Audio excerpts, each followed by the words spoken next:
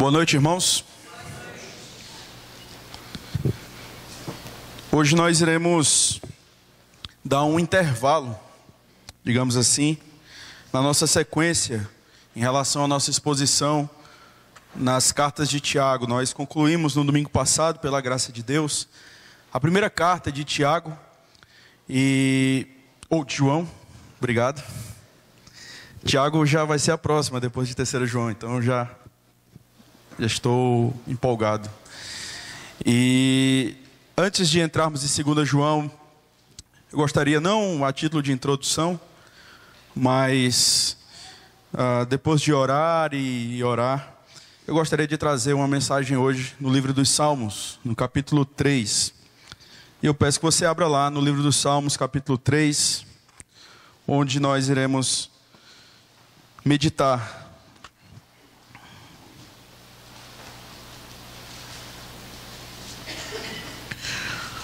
Em alguns momentos nós iremos fazer isso, nós iremos dar uma pausa. Pretendemos fazer isso em outubro, por exemplo, por ocasião do mês da reforma, trazermos algumas pregações relacionadas às solas. Mas é importante que os irmãos, que a igreja tenha maturidade, que nós devemos buscar a pregação expositiva. E é importante que a gente entenda isso. Uma coisa também que é bastante importante, quando você estuda sobre culto, quanto mais você vai lendo e vendo a tradição reformada, você vai observar que muitas das igrejas reformadas, elas tinham a prática de ter uma liturgia temática. Mas elas respeitavam alguns princípios, né? E algumas, por tradição, uma boa tradição, eles sempre liam, no momento de confissão, por exemplo, os 10 mandamentos. Então, é importante para que os irmãos tenham essa maturidade, e às vezes olhar o texto e, como assim, não tem conexão, eu não entendo. O que nós precisamos entender, o princípio que precisamos seguir é que uma liturgia reformada, ela precisa estar saturada pelas Escrituras. Isso é que é o importante. E uma pregação bíblica. Ok? Então, que a gente possa amadurecer nesse aspecto, para depois a gente estar com a liturgia temática, e às vezes as músicas não são músicas bíblicas, e às vezes orações não bíblicas e tantas outras coisas. Mas enfim, feita essa introdução, eu quero convidá-lo aí para Salmo 3, nós iremos meditar nesse texto, nessa noite.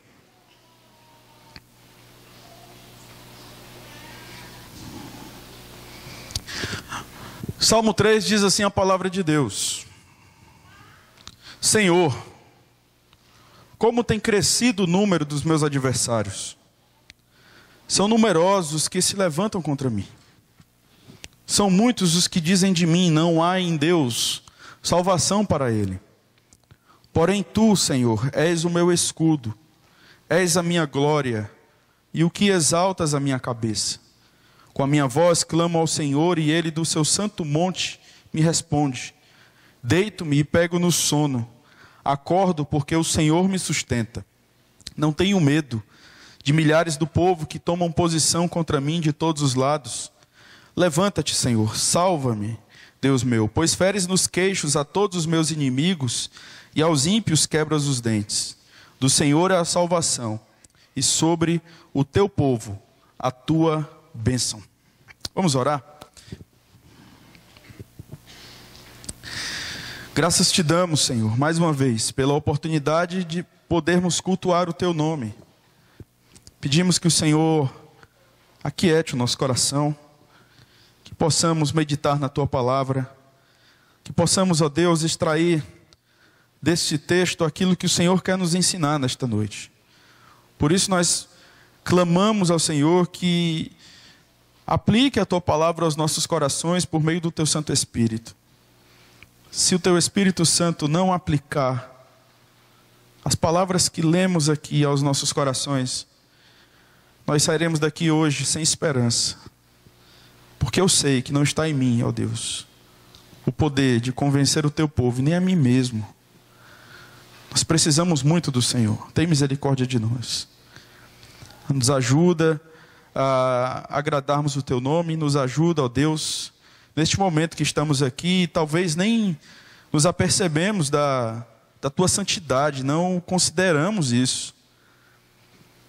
Não permita, Senhor, que o Teu nome seja santificado em nossas vidas através de juízo, mas que a gente possa, em cada momento, ao ouvir a Tua voz, termos uma disposição de guardarmos a Tua palavra, de amarmos o Senhor sobre todas as coisas.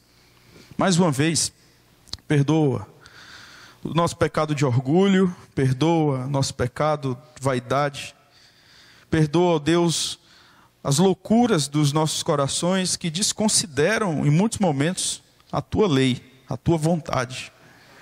Nos ajuda, Senhor. Ilumina o nosso entendimento, edifica o Teu povo, apesar de mim, no nome de Jesus. Amém. Como os irmãos sabem, essa semana nós começamos uma reforma aqui na igreja. Essa semana, né? Uma semana tão corrida, tão rápida, que se me dissesse, não, foi semana passada, eu acho que eu ia demorar uns 5 minutos para assimilar e acho que iria dar razão para você. Mas, de fato, nós começamos a reforma da nossa igreja na segunda-feira.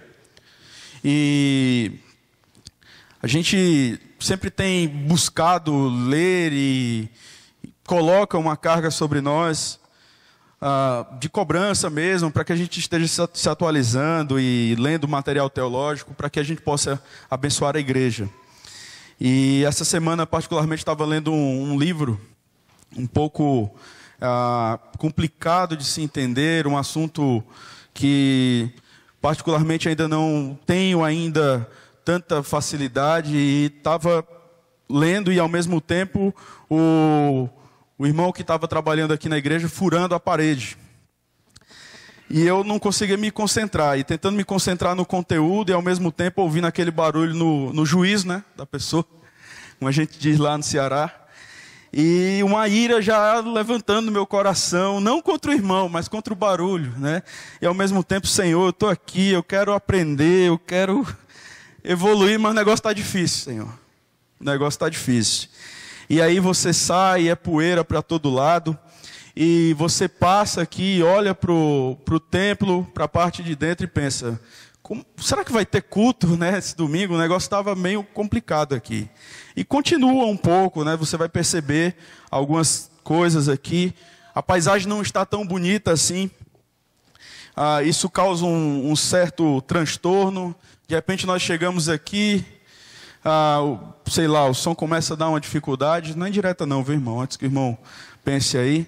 Mas algumas coisas começam a acontecer e a gente fica naquela, porque nós planejamos algo, nós agendamos uma situação e de repente as coisas acontecem totalmente contrário àquilo que nós havíamos pensado.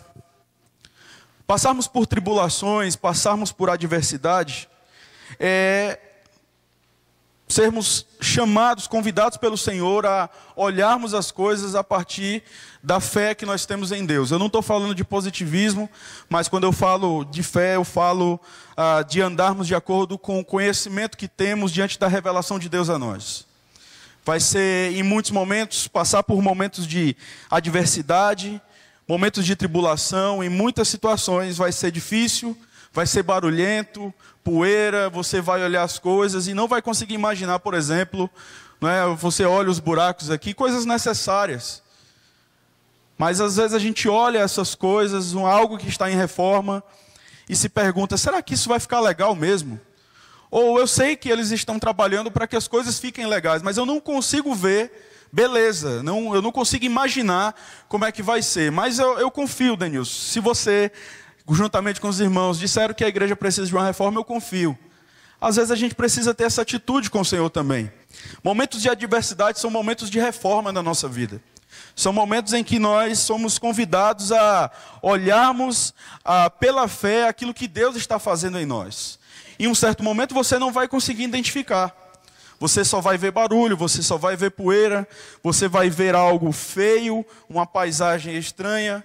Mas saiba disso, o Senhor ele está cuidando de nós, Ele está reformando a nossa vida, Ele está restaurando o nosso coração, porque o relacionamento que Deus tem conosco é um relacionamento pactual. Não é por você, é por Ele, é para a glória dEle. Ele quis assim, Ele planejou dessa forma. Não é aquele relacionamento do tipo, Senhor, eu sei, eu preciso guardar, eu preciso obedecer, eu preciso fazer. Isso é importante, como uma resposta diante da iniciativa de Deus. Nós só guardamos os mandamentos do Senhor porque Ele vem até nós e nos capacita a isso. Nós só caminhamos na fé cristã porque somos guardados pelo Cordeiro de Deus. Só podemos encarar as adversidades da vida com esperança porque nós temos um Deus que é sábio e sabe de todas as coisas, que não é pego pelas circunstâncias, um Deus de providência, um Deus soberano. Era exatamente essa situação que Davi estava enfrentando aqui. E aí eu convido você a ir lá para 2 Samuel, no capítulo 11, que é onde nós começamos a entender o contexto desse salmo. Você vai ver aí no título inicial, Salmo de Davi, quando fugia de Absalão, seu filho. Essa situação inusitada na vida de Davi, ela tem o seu início lá no capítulo 11 de 2 Samuel, do versículo 2 ao versículo 5.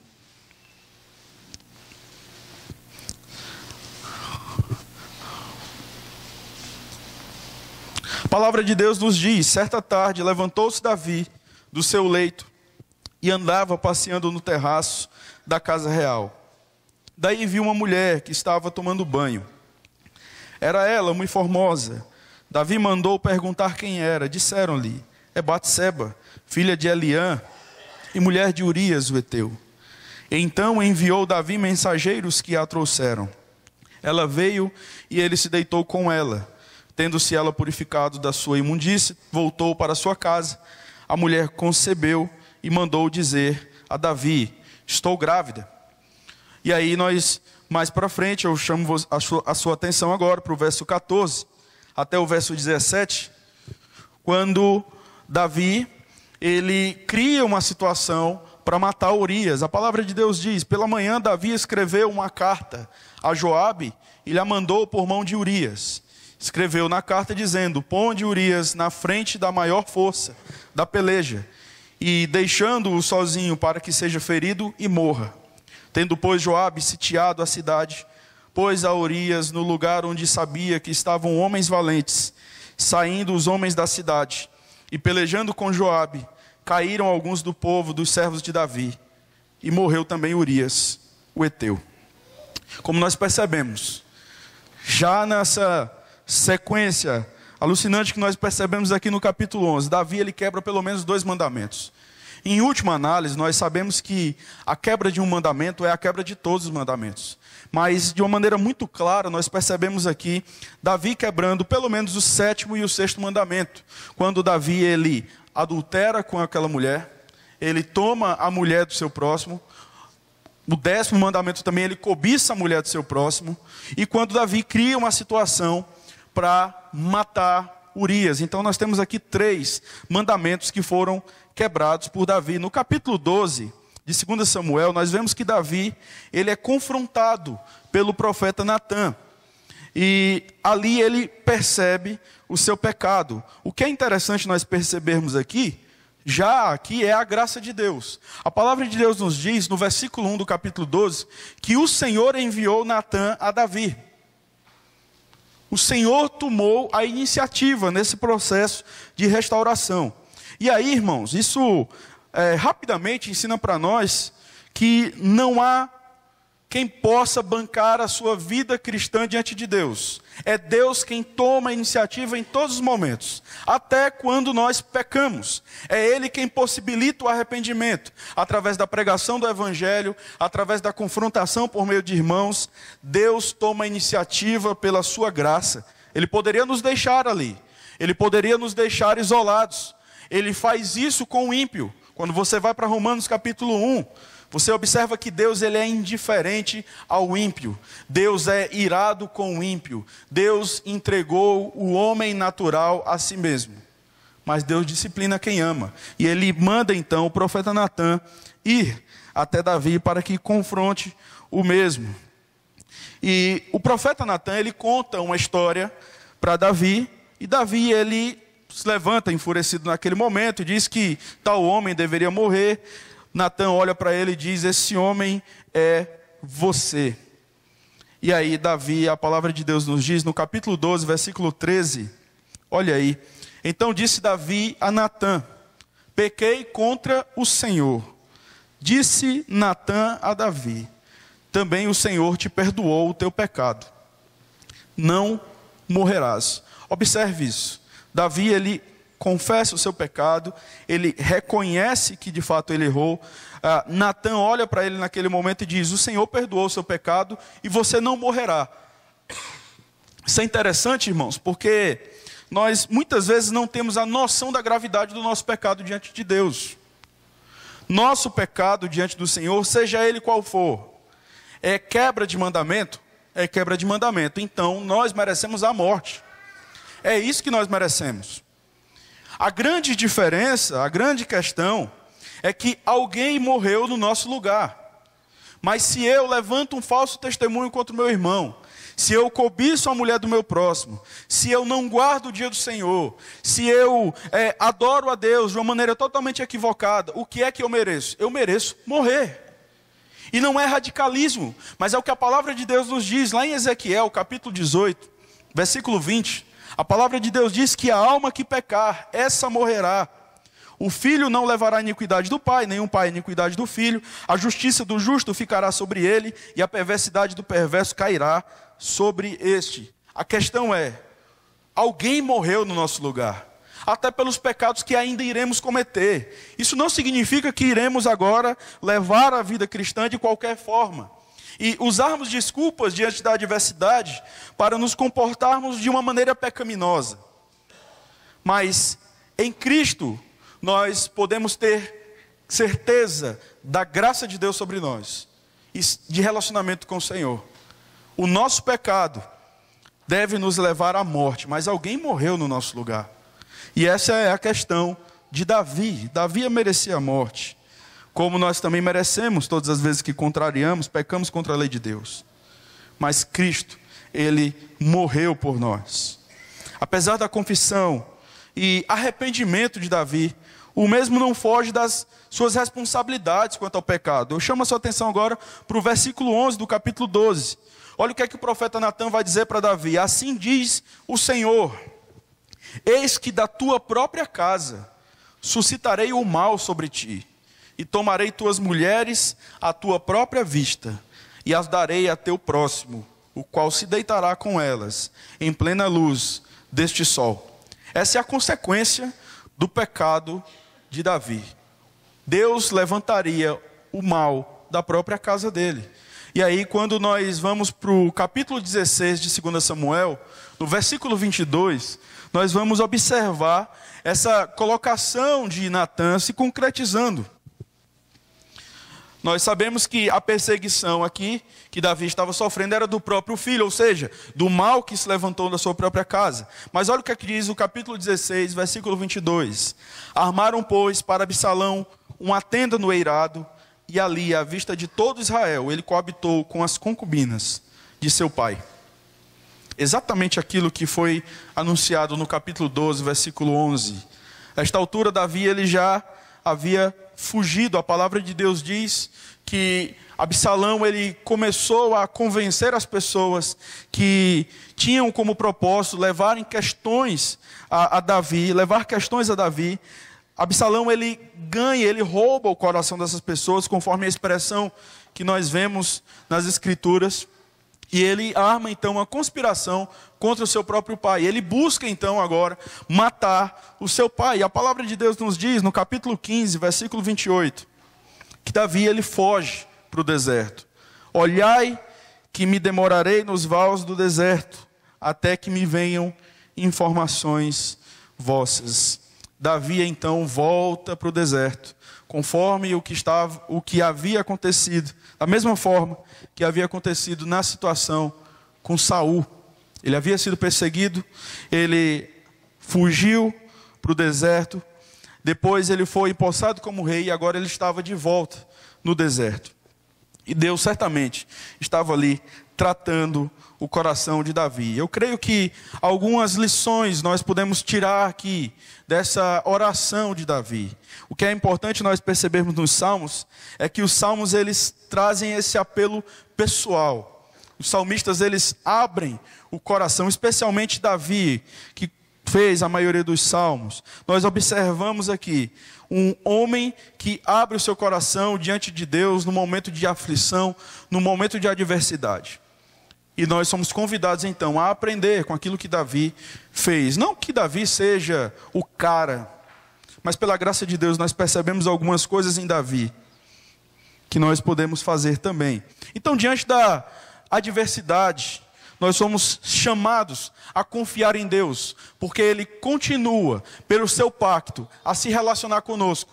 Deus não nos enxota, Deus não nos chuta da sua presença, Ele não nos tira da sua presença. Nós continuamos a nos relacionar com Deus pela sua graça. Olha aí, por favor, o versículo 1 ao versículo 2. Davi, ele chega diante do Senhor e ele confessa a situação que estava ocorrendo. Ele expressa a sua ansiedade, as suas lutas, as suas angústias. Ele diz aí: Senhor, como tem crescido o número dos meus adversários. São numerosos os que se levantam contra mim. São muitos os que dizem de mim: não há em Deus salvação para ele. Interessante que Davi sabia exatamente que a situação que estava ocorrendo aqui era fruto do seu pecado. Ele sabia que o mal havia se levantado da sua própria casa por conta do seu pecado contra Batseba, por conta do seu pecado contra Urias. Mas mesmo assim, Davi ele não colocou panos quentes no seu pecado, mas Davi não deixou de perseverar em perceber a graça de Deus. Deus se relaciona conosco, Deus ouve as nossas orações, mesmo em momentos de desgraça nas nossas vidas, desgraças que muitas vezes são causadas por pecados nossos. Deus nos ouve não por aquilo que somos, mas por aquilo que Ele é. Quem há aqui que possa dizer: eu jamais passarei uma situação de desgraça, eu jamais farei isso ou aquilo? Davi ele chega diante do Senhor e ele, mesmo sabendo que aquela situação era fruto do seu pecado, ele diz: Senhor, como tem crescido o número dos meus adversários. Eu sei que eu estou passando por isso por conta do meu pecado, mas eu confio na tua graça, Senhor. E nós vamos observar isso do versículo 3 em diante. Quando ele fala: porém tu, Senhor, és o meu escudo, és a minha glória, o que exaltas a minha cabeça. Com a minha voz clamo ao Senhor, e Ele do seu santo monte me responde. Mesmo numa situação difícil, mesmo numa situação complicada, eu sei, Senhor, que tu irás me ouvir pela tua graça. Quantas vezes, em momentos de dificuldade, em momentos em que precisamos da sabedoria de Deus, claro que precisamos em todos os momentos, mas em momentos, aqueles momentos que eu sei que você sabe do que eu estou falando. Quantas vezes nós não somos tentados a interpretar o nosso relacionamento com Deus diante daquilo que nós fizemos no passado? Eu não estou dizendo para aliviar, mas o que eu quero que você entenda, e o que é para que, aquilo que eu preciso entender também com você, é que o que determina o meu relacionamento com Deus é Deus e não eu. O pacto é uma relação unilateral. Deus ele assume um contrato com Ele mesmo. E qual é a nossa parte no pacto? Se o pacto pressupõe um contrato entre duas pessoas, a nossa parte é responder com amor, fé, gratidão e obediência. E diga-se de passagem, em nem todos os momentos estamos demonstrando amor por Deus, nem todos os momentos estamos obedecendo como deveríamos obedecer, estamos amando a Deus como deveríamos amar, mas o Senhor é gracioso, e Ele vem e nos convence do nosso pecado. Nós precisamos confiar em Deus, em momentos de dificuldade. Lá em Tiago capítulo 1, a palavra de Deus nos diz: aquele que precisa de sabedoria, se alguém precisa de sabedoria, peça a Deus, que a todos dá e nada lhes impropera. Ou seja, Deus não vai jogar algo na sua cara. É claro que se você pecou, se você está em pecado, você precisa ser confrontado diante disso. Mas se você é de fato um servo de Deus, você irá se arrepender do seu pecado. E Deus, pela misericórdia e graça dele, irá dar sabedoria para você. Os inimigos de Davi não criam que Deus poderia livrá-lo da morte. Não criam que Deus pudesse restituir-lhe o trono. Eles diziam: não há em Deus salvação para ele. E tudo parecia que estava contribuindo para a destruição de Davi. Ele poderia desistir e morrer, poderia perder as esperanças. No entanto, Davi recorre a Deus, na certeza de que, apesar de sua soberania, majestade, ele estaria disposto a ouvi-lo, como sempre esteve. A despeito de estar sendo afligido como consequência do seu próprio pecado, Davi não vê nisso um obstáculo para buscar a Deus. Que situação você tem enfrentado hoje? Aqueles que verdadeiramente são servos de Deus, aqueles que verdadeiramente buscam guardar os mandamentos do Senhor, inevitavelmente passarão por momentos de aflição, por momentos de dificuldade. Nós temos aprendido que o mundo nos odeia, quer arranjar inimigo. Pregue a verdade, fale a verdade, confronte pessoas no seu pecado, mas saiba disso: Deus é aquele que conduz as nossas vidas. Eleva os meus olhos para os montes, de onde me virá o socorro? O meu socorro vem do Senhor, que fez os céus e a terra. Ele não permitirá que os teus pés vacilem, Ele não dormitará, Ele nos guardará. A ideia ali é a mesma ideia que nós observamos quando Deus liberta o povo do Egito e conduz o povo então para a terra prometida. E no deserto eles eram molestados pelo sol durante o dia, e à noite pela baixa temperatura. Na verdade isso era um risco presente, mas a Bíblia diz que durante o dia Deus se fazia como uma coluna de nuvem, e à noite Deus se fazia como uma coluna de fogo. Deus é aquele que nos guarda, é aquele que está conosco. Nós podemos então confiar no Senhor. Nós podemos ir até Deus e clamar ao Senhor, orar ao Senhor, apresentar as nossas queixas diante de Deus. Não no sentido de querermos emocionar o Senhor ou manipular a Deus, mas no sentido de saber que Ele é Deus de graça. E é por isso que Ele se relaciona comigo e com você. Davi sabia disso. Ele poderia de repente ser neutralizado por aquilo que ele fez. Não, calma, eu sei que o que eu estou passando é fruto do meu pecado, eu vou ficar na minha. Eu vou me recolher à minha insignificância. E em situações nas quais nós estamos passando de dificuldade, muitas vezes não faltam pessoas para nos dizer a verdade sobre o nosso pecado, mas se esquecem de nos dar esperança. Elas tiram o nosso chão, mas elas não arrancam os telhados, para que a gente possa olhar e saber que o Senhor, Ele é aquele que fortalece a nossa força, a nossa fé, a nossa esperança, de modo que a gente continue a caminhar. Como Davi confiou no Senhor e apresentou a sua queixa diante dele, entendendo que Deus é um Deus de graça, nós podemos fazer o mesmo também. Principalmente nós que temos essa perspectiva do passado, onde temos a revelação completa de Deus aqui, suficiente para as nossas vidas, e temos o plano redentivo, aquilo que Cristo fez por nós. Nós enfrentamos também a adversidade, confiamos em Deus, confiamos nesse Deus que nos protege. Olha aí, por favor, o Salmo 3, o versículo 3, até o versículo 6. Deus não é só aquele que se relaciona por graça, mas é aquele que nos protege. Versículo 3 até o versículo 6 diz: porém tu, Senhor, és o meu escudo, és a minha glória, e o que exaltas a minha cabeça. Com a minha voz clamo ao Senhor, e Ele do seu santo monte me responde. Deito-me e pego no sono. Acordo, porque o Senhor me sustenta. Não tenho medo de milhares do povo que tomam posição contra mim de todos os lados. Davi, ele apresenta a sua queixa diante do Senhor, e ele é enfático na sua oração. Ele chega e diz: como tem crescido o número dos meus adversários, são numerosos os que se levantam contra mim, são muitos os que dizem de mim. Esse recurso na poesia hebraica nós chamamos de paralelismo sinonímico, ou seja, é a mesma frase, ela na verdade são frases parecidas que enfatizam uma ideia. Você vai ver muito isso nos Salmos. É exatamente a ideia aqui. É como se do versículo 1 até o versículo 2, Davi estivesse dizendo tão somente a mesma coisa.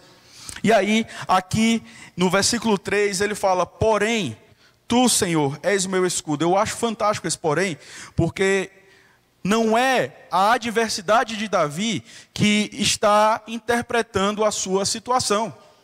Ele poderia de repente dar ouvidos às tribulações, ele poderia escutar as pessoas dizendo: não há em Deus salvação para ele. E ele poderia se abater diante dessa situação e simplesmente: tá bom, eu não vou fazer nada. Mas o texto diz que Davi, ele vai recobrar as suas forças em Deus. O que vai interpretar, o que vai fazer com que Davi tome essa atitude de orar ao Senhor, não é aquilo que as pessoas estão dizendo, mas é a confiança que ele tem no caráter de Deus. Quando ele diz: porém, tu, Senhor, és o meu escudo, és a minha glória, e o que exaltas a minha cabeça. Ele chega e traça essas definições a respeito de Deus. Em primeiro ele diz que o Senhor é o seu escudo. Quando o salmista afirma que Deus é o seu escudo, ele está querendo dizer que o Senhor é aquele que o protege. O que é interessante nós observarmos, é uma coisa muito óbvia, mas o que é interessante nós observarmos que Davi, ele era muito experiente na arte da guerra. Ele era um soldado, um comandante muito experiente. Ele já havia lutado muitas guerras, ele já havia passado por muitas situações, era um cara de grande experiência, mas ele admite aqui nesse momento que o escudo dele não são aqueles que fugiram com ele, não são aqueles experientes que estão guardando ele enquanto ele dorme. O escudo dele é o Senhor. O escudo de Davi não são seus recursos, o escudo de Davi é o Senhor. E às vezes nós nos esquecemos disso e nos preocupamos demasiadamente com as críticas e com as questões que vêm sobre nós em momentos de dificuldade, e nos esquecemos que o Senhor é o nosso escudo. Ele é aquele que nos protege. A grande questão, irmãos, é que muitas vezes parece que estamos levando o nosso relacionamento com Deus como um relacionamento de um idólatra com um Deus pagão, onde as coisas precisam se materializar na nossa vida para que a gente então creia. Davi, ele creu em Deus, mesmo diante de uma situação calamitosa, onde pessoas se levantaram para destruí-lo. Eram pessoas muito mais numerosas, um poder bélico maior do que o dele, mas ele afirma: o meu escudo é o Senhor. E é assim que nós somos convidados a encarar as situações que muitas vezes vêm sobre nós. Deus é aquele que me protege. Deus é aquele que me guarda. Mesmo diante de situações que eu olho e digo: não, como é que Deus me guardou disso? Como é que Deus não me livrou desse sofrimento? Deus nos guarda no sentido de que Ele sabe o que é melhor para nós. Nós estamos num processo de santificação, e Deus usa as coisas mais estranhas, muitas vezes na nossa vida, para forjar o caráter de Cristo em nós. Sabedoria de Deus, economia de Deus, mistério de Deus. Não sabemos por quê, por que precisava ser assim, mas podemos confiar que Deus é sábio o suficiente para conduzir as nossas vidas. Certa vez chegaram para a esposa de Einstein e perguntaram: você sabe por que o seu marido você sabe a fórmula pela qual o seu marido é famoso no mundo inteiro? Ela diz: eu não sei a fórmula pela qual o meu marido é famoso no mundo inteiro, mas eu sei quem é o meu marido. Eu não sei as fórmulas que Deus usa para tratar o meu coração, mas eu sei quem é Deus. Ele é o meu escudo. E aí Davi continua, e ele diz que o Senhor não é só o seu escudo, o Senhor é a sua glória. Davi, como um rei, ele estava ali sendo humilhado. A palavra de Deus nos diz, lá em 2 Samuel, que enquanto Davi fugia, as pessoas atiravam pedra nele. As pessoas amaldiçoavam Davi. A glória de Davi, a sua glória enquanto rei, ela tinha ido para o lixo. Mas Davi diz, Senhor, a minha glória é o Senhor. O Senhor é a minha reputação. O Senhor é aquele a quem eu devo refletir. É assim, irmãos, que nós precisamos encarar. E quantas vezes a gente não está preocupado com a nossa imagem? Quantas vezes a gente não está conduzindo as nossas vidas, respondendo a situações, nos relacionando com as pessoas, preocupados com a nossa reputação. E nos preocupamos tanto com a nossa reputação, que muitas vezes até transgredimos a lei de Deus, porque o mais importante para nós é ficar bem visto. O Senhor é a minha glória. As pessoas dizem que não há salvação para mim. A situação é complicada, as pessoas me amaldiçoam. Elas estão tentando me matar, o meu próprio filho quer me matar. Mas Senhor, Tu és a minha glória. Tu és a minha reputação. E certa vez alguém falou que da nossa reputação quem cuida é Deus. Do meu caráter cuido eu. Eu olhei isso, eu não concordei no início. Mas é claro que Deus cuida do nosso caráter também. Ele nos santifica. Mas ele falou no sentido de que muitas vezes a gente está preocupado com a nossa reputação. E não estamos preocupados com a glória de Deus. Deus é aquele que nos protege. Deus é a nossa reputação. Ainda que as coisas venham contra nós, a sua glória é o nosso alvo, a nossa reputação. E ele continua, ele diz que o Senhor não é só o seu escudo, não só a sua glória, mas o Senhor é aquele que exalta a sua cabeça. És a minha glória e o que exaltas a minha cabeça. Essa expressão ela traz a ideia de encorajamento. Isso que é interessante, mais um aspecto que fortalece essa ideia de que Deus ele não é só aquele que está longe, Ele está perto também, Ele está em todos os lugares. Não é só aquele que espera com que seus filhos guardem a sua lei, mas Ele é aquele que nos encoraja em momentos de dificuldade. Ele é aquele que enche o nosso coração, que toma sempre essa iniciativa. Ele é aquele que exalta a nossa cabeça. Ele é aquele que faz com que a gente persevere. Quando você vai para Abacuque capítulo 3, Abacuque diz, o Senhor é a minha fortaleza e faz os meus pés como o da corça. Não sou eu quem faço os meus pés como o da corça, é o Senhor. O Senhor que me faz andar altaneiramente, ou seja, o Senhor é quem me faz andar, apesar das circunstâncias. Deus é um Deus pessoal, irmãos. E a gente precisa se lembrar disso. Só que parece que às vezes nós somos aqueles que menos temos consciência de quem somos. Deus nos conhece. Ele sabe a nossa estrutura. Ele sabe o quão mal nós somos. Mas nós muitas vezes alimentamos uma imagem a respeito da gente que não é verdade.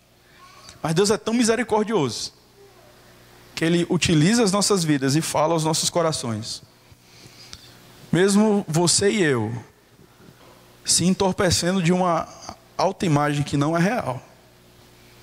Achamos muitas vezes que somos mais santos, achamos muitas vezes que somos mais sábios, achamos muitas vezes que somos mais experientes, mais maduros. E Deus, Ele sabe quem somos. Mas mesmo assim, Ele é o nosso escudo, Ele é a nossa glória, Ele é aquele que exalta a nossa cabeça. A atitude dos inimigos de Davi não mudaram suas convicções. Para o salmista, Deus sempre foi escudo, glória e exaltação. O socorro de Deus é tão certo que o salmista compreendia que bastava clamar, que Deus haveria de ouvi-lo desde a sua santa morada. É o que nós vemos aqui no versículo 4. Com a minha voz eu clamo ao Senhor, continuamente, essa ideia. E Ele do seu santo monte me responde também continuamente. Deus, ele se relaciona conosco. Deus, ele responde às nossas orações. E aí quando você vai para o Salmo 46, a Bíblia fala que o Senhor, socorro bem presente. Olha aí, por favor, Salmo 46. Deus é nosso refúgio e fortaleza. Deus é nosso refúgio e fortaleza, socorro bem presente nas tribulações. Essa expressão bem presente, ela traz a ideia de socorro encontrado em abundância. Deus não é aquele que se esconde em momentos de adversidade. Deus não é aquele que foge dos problemas. Deus não é aquele que olha para a gente e diz: olha, tá vendo, você está passando por isso porque você merece. Como diz a nossa linguagem, porque você picou o fumo. Deus é aquele que continua a conduzir as nossas vidas. Ele é socorro presente. Importante, irmãos, temos essa visão, uma visão bíblica a respeito do Senhor. Isaías 59, versículo 1 diz: eis que a mão do Senhor não está encolhida, para que não possa salvar, nem surdo o seu ouvido, para que não possa ouvir. A confiança do salmista na salvação de Deus equivale à certeza que ele tem de que Deus sustém o fôlego de vida dos homens. Ora, se Deus sustenta os homens quando dormem e eles acordam, apesar de muitos serem maus, do mesmo modo é a salvação do Senhor, um braço forte para todos quantos confiam nele. E aí você olha o versículo 5, é exatamente isso que nós percebemos. A certeza de Davi do cuidado de Deus. Olha o que diz aí: deito-me e pego no sono, acordo, porque o Senhor me sustenta. Era bastante comum naqueles dias, quando um rei ele estava sofrendo uma invasão, seu império, ele fugia. Muitos fugiam para o deserto, e os mais leais, os mais capacitados do exército fugiam para proteger o rei. E enquanto o rei dormia, essas pessoas, elas guardavam o rei. Elas ficavam ali à espreita, elas ficavam velando pelo rei. A qualquer momento chegasse alguém ali, elas iriam então lutar pelo rei e não iriam permitir com que algo acontecesse com o rei naquele momento. Você vai perceber, por exemplo, quando Davi ele estava fugindo de Saul, ele teve a oportunidade de matar Saul, quando Davi encontrou os seus soldados dormindo. Davi ele estava aqui então sendo guardado pelos seus soldados, os melhores, os mais experientes. Mas o que é que o rei diz? Ele fala: deito-me e pego no sono, acordo, porque é o Senhor que me sustenta. O que me sustenta não são os meus recursos.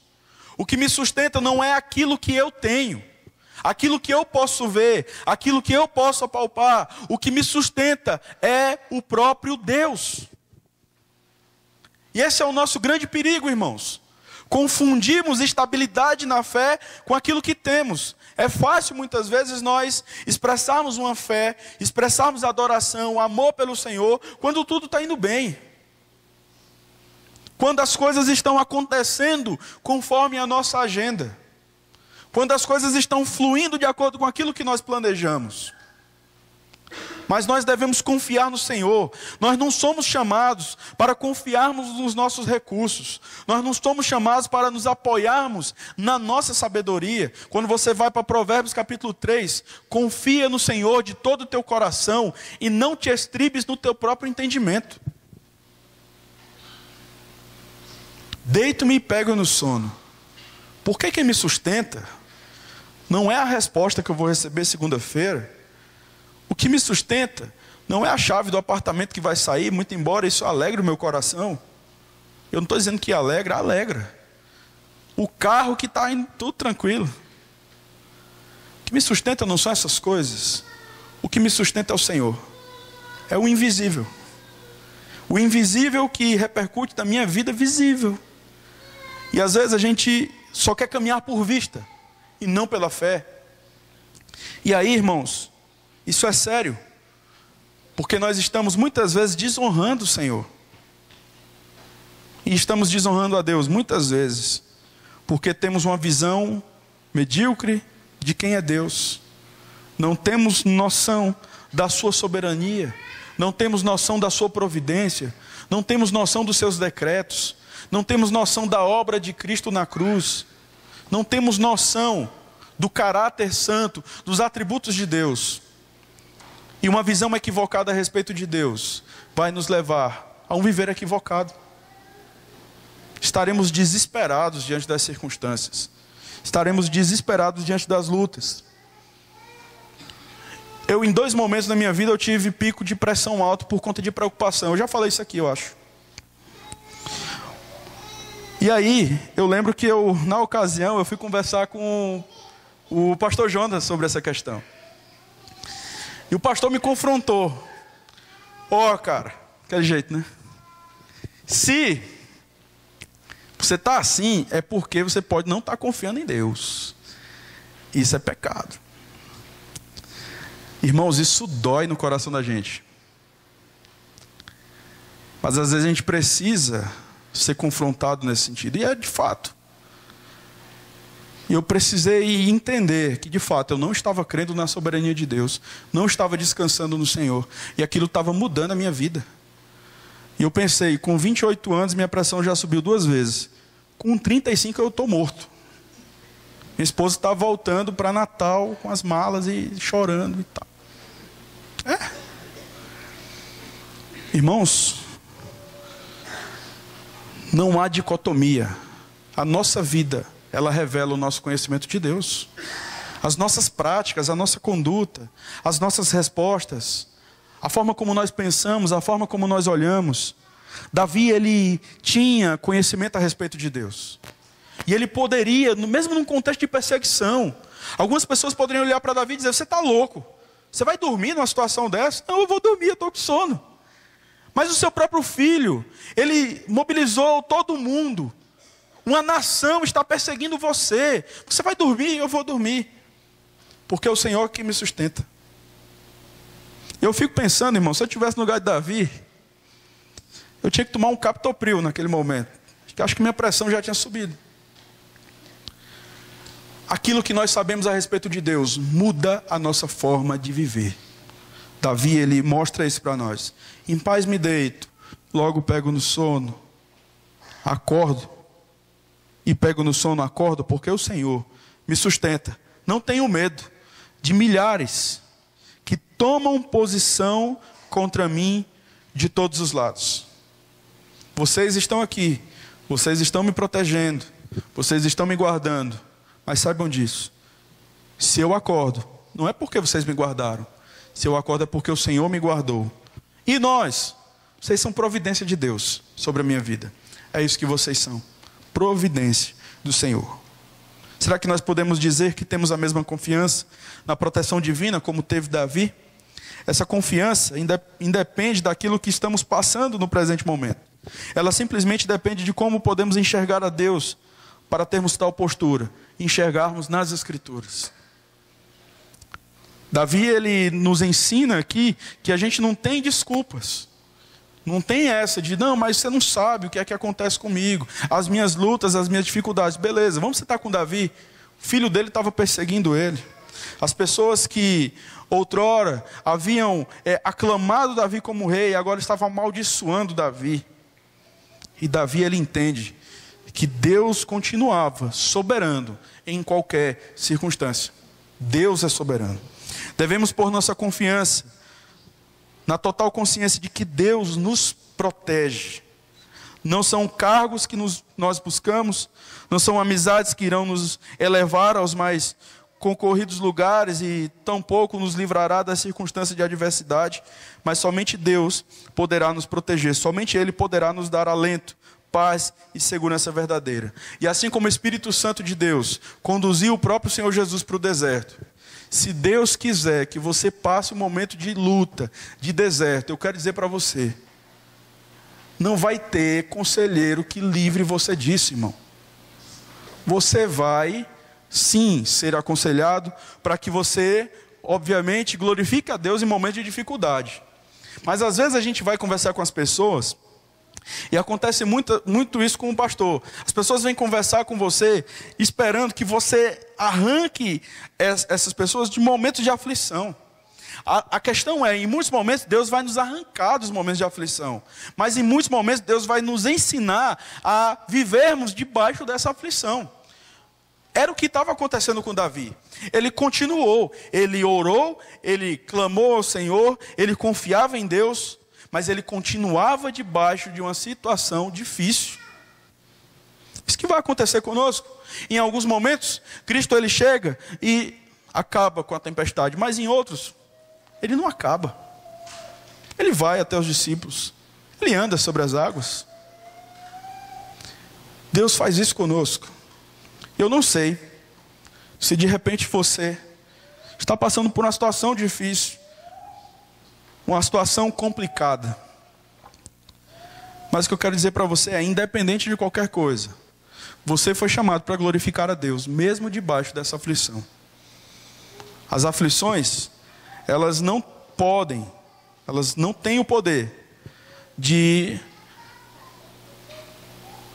tirar a ideia correta que nós temos, que devemos ter do Senhor.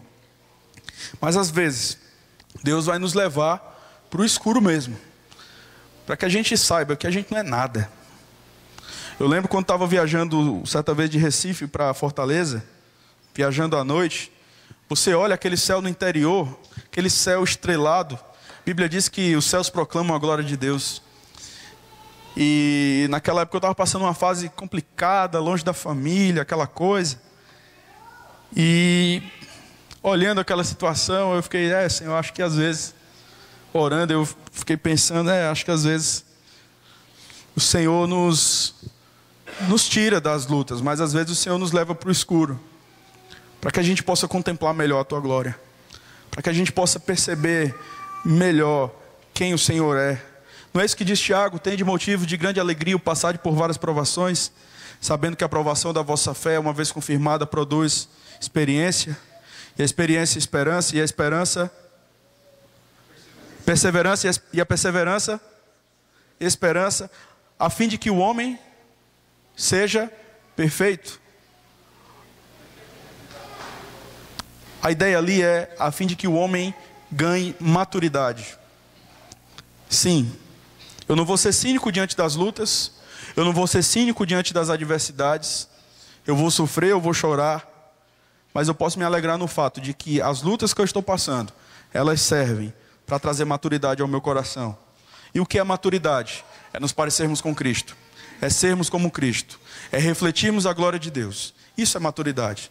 Portanto, quer comais, quer bebais, ou façais outra coisa qualquer, fazei tudo para a glória de Deus. Podemos de repente não sermos livrados da luta, mas podemos glorificar a Deus independente delas.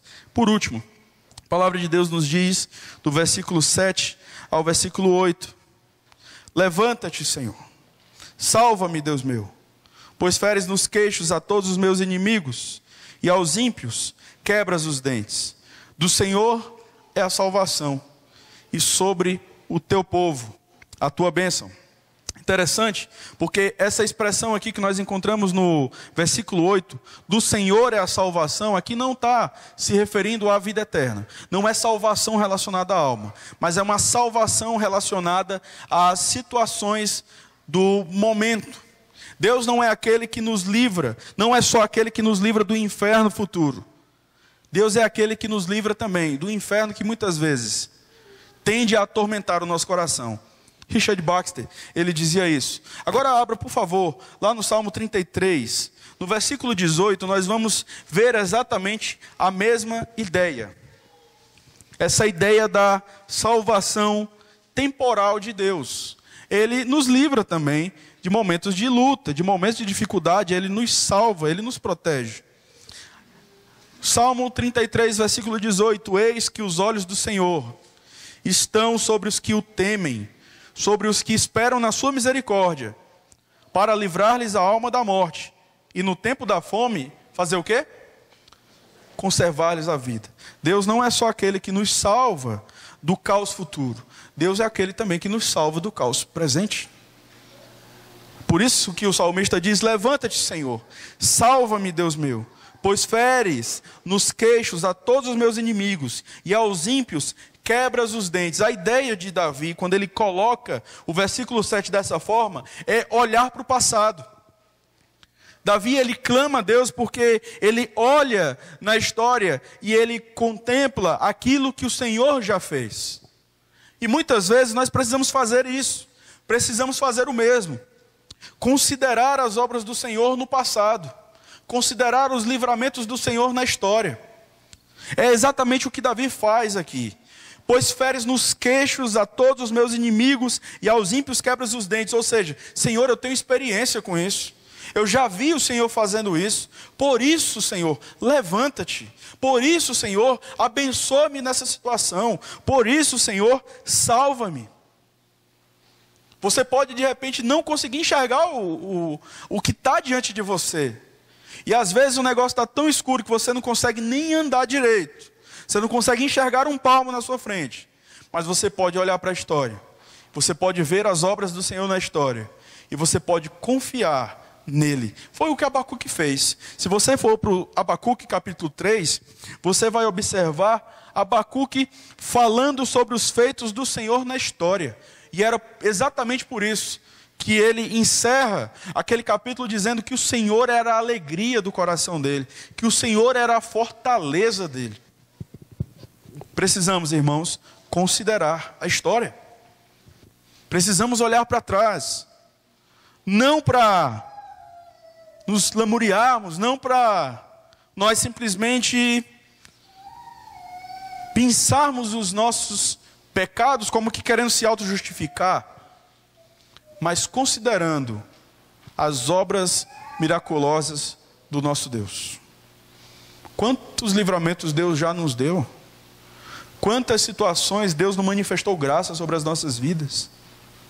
E quantas vezes nós estamos interpretando a nossa situação de acordo com a angústia que acontece hoje.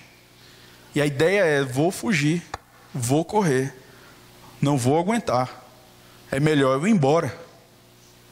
Ah, irmãos, nós temos amado vocês. Deus tem nos abençoado aqui. E quem fala com vocês aqui é um pecador miserável como vocês. E se eu disser para vocês que não teve noite, se eu disser para vocês que não teve noite em que eu olhei para minha esposa e disse, amor, vamos embora, amor. Tá difícil, amor. A saudade. Tá difícil, amor. Porque às vezes parece que a gente não está maduro. A gente não está conseguindo. A gente não pode. Não dá. Não tenho ferramentas para isso. E são nesses momentos que a gente precisa olhar para a história, que a gente precisa olhar para o passado e ver de onde Deus nos tirou, e ver quantas coisas maravilhosas Deus não fez. Deus providenciou tantas situações. Não era para eu estar aqui, irmãos. Não era para eu assumir esse púlpito. Mas eu sou encorajado a olhar para trás e saber que o Senhor é o Deus da minha salvação. É a minha bênção. O Senhor é aquele que me sustenta. Diante disso, nós somos chamados então a encararmos as nossas dificuldades, olharmos a reforma que muitas vezes acontece no nosso coração e não considerarmos a poeira, não considerarmos, ou seja, não interpretarmos as situações de acordo com os buracos que nós vemos, a janela que está com um negócio de plástico preto aí, a furadeira que vai vir e vai encher o juízo de novo. São coisas necessárias. Mas eu tenho que perceber que esse desconforto, ele vai se reverter em algo belo. E esse é o processo que nós passamos. Nós somos conduzidos pelo Senhor. E o que tranquiliza o nosso coração é aquilo que Jesus disse: eis que estou convosco todos os dias, até a consumação dos séculos. Deus nos guarda, não é só para guardarmos os seus mandamentos, e sim, Deus nos guarda da calamidade. Deus nos livra, Ele protege o nosso coração. E quando eu falo calamidade, eu não estou falando ausência de lutas ou perdas. Pode ser que você chegue a morrer. Pode ser que alguém entre na sua casa, torture a sua esposa e mate a sua esposa na sua frente, só para que você olhe, isso aqui é só para você passar o resto da vida com isso. Quando eu falo que Deus nos guarda, Deus é aquele que guarda o nosso coração, apesar do caos. Esse é o nosso Deus. Guarda o nosso coração, apesar de passarmos por situações que não entendemos. Nós devemos, irmãos, confiar em Deus na adversidade. Que Deus nos ajude, em nome de Jesus. Vamos orar.